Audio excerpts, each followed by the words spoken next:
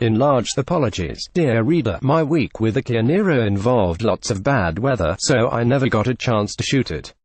Instead, you'll have to make do with Kia's press shots.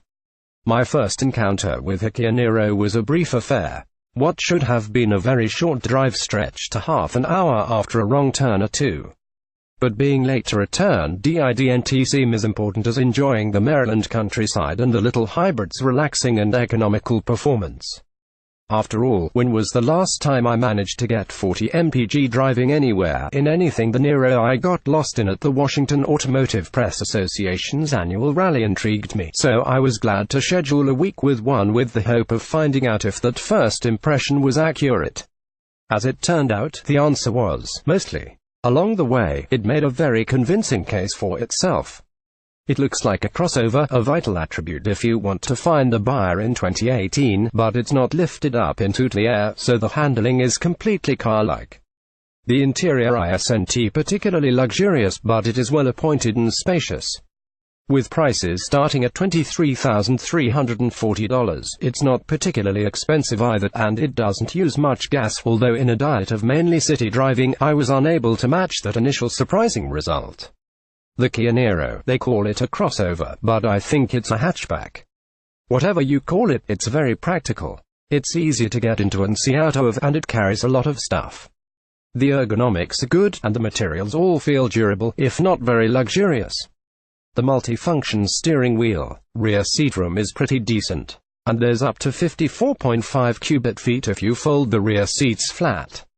Bum warmers, bum coolers, secondary controls and the center stack. Sadly, in town I wasn't able to get close to 50 mpg or even my previous best of 40 mpg.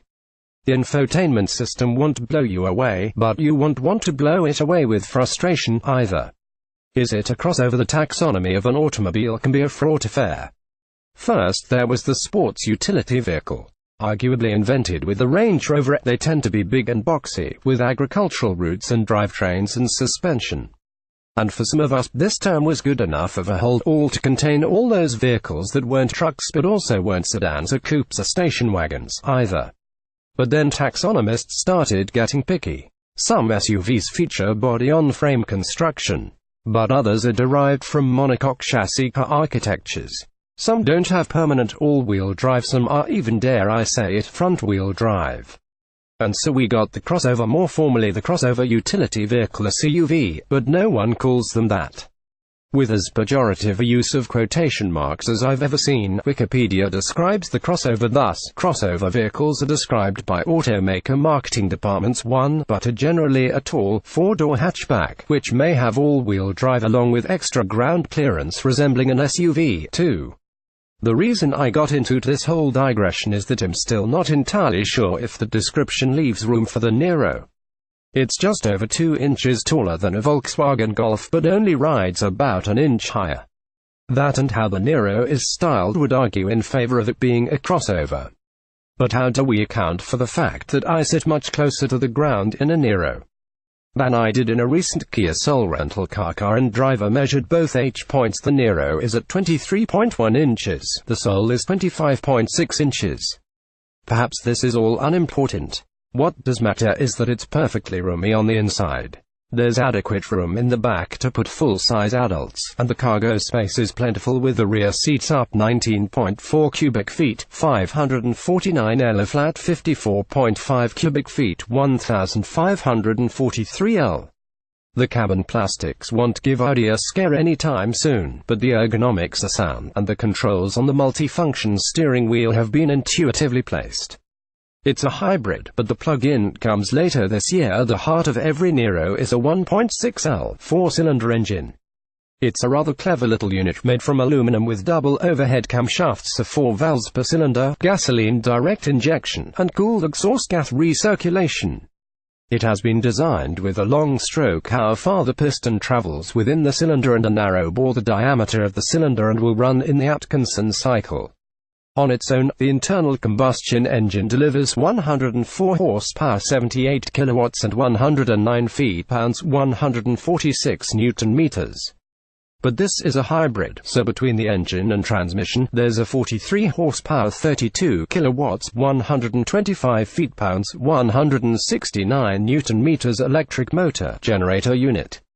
Total output is never as simple as just adding all those numbers together, but Kia quotes maximum power and torque at 139 horsepower 104 kilowatts and 195 feet-pounds 264 newton-meters, respectively. Enlarge under the Niro's hood. But take note, this is not a plug-in hybrid. That comes later this year and will cost about $4,300 more. So you don't need anywhere to plug the Niro in, as it will charge the 1.6 kWh lithium-ion polymer battery as you drive around, regenerating electricity under deceleration. Truth be told, there are advantages to carrying only as much battery as one needs. The cells add just 85 pounds 39 kilograms to the Niro. On the road, the combination of internal combustion, permanent magnets, and 6-speed dual-clutch gearbox work well. You have to rev the engine to get the most performance out of it. It's naturally aspirated, so peak torque doesn't arrive until 4,000 revolutions per minute, with peak power a further 1,700 revolutions per minute above that, and leaving it in sport mode helps. But this isn't a Stinger GT, and treating the Niro like a GTI seems beside the point. However, I was never able to match that initial fuel economy. The change of surroundings was most likely to blame. Instead of cruising at 40 to 55 miles per hour for good stretches, the bulk of my driving was at low speed and in stop-start traffic. After a week, I had dropped the Niro's average down to 27.9 mpg. For the record, the EPA rates it at 51 mpg city, 46 mpg highway for a combined 49 mpg. But only on the smaller wheels. Go for the more expensive Niro Touring and its 18-inch wheels, and that number drops to 46, 43 mpg. Enlarge, if you opt for a Touring like this one, you get 18-inch wheels that hurt the fuel economy. As you might expect for a Kia, it comes quite well equipped. The infotainment's 7-inch screen won't be the talk of the neighborhood, but it has Android Auto and CarPlay as standard, and if you just want to connect your phone or whatever by Bluetooth, USB, or line-in, that works great, too. Our test car next, MSRP $26,150 for the MY2018 was fitted with the Advanced Technology Package. A $1,950 option on the X, or a $1,450 option on the Lux that doesn't include a 10-way power adjustable seat for the driver. That pack gets you automatic emergency braking with pedestrian detection, forward collision warning, smart cruise control, and lane keeping assist. Luckily, I didn't have cause to try out the first two. The smart cruise control worked perfectly well, but because our tester was actually a MY2017 car, it didn't have the lane keep assist, so I can't comment on how that one performs. What I can comment on was life with little Kia hybrid, which was painless. It was easy to get into, easy to see out of, and practical enough to be someone's only car. Driven right, it should get more than 500 miles 800 kilometers between visits to the gas station, and it proves you don't have to spend $60,000 or more to find a good car.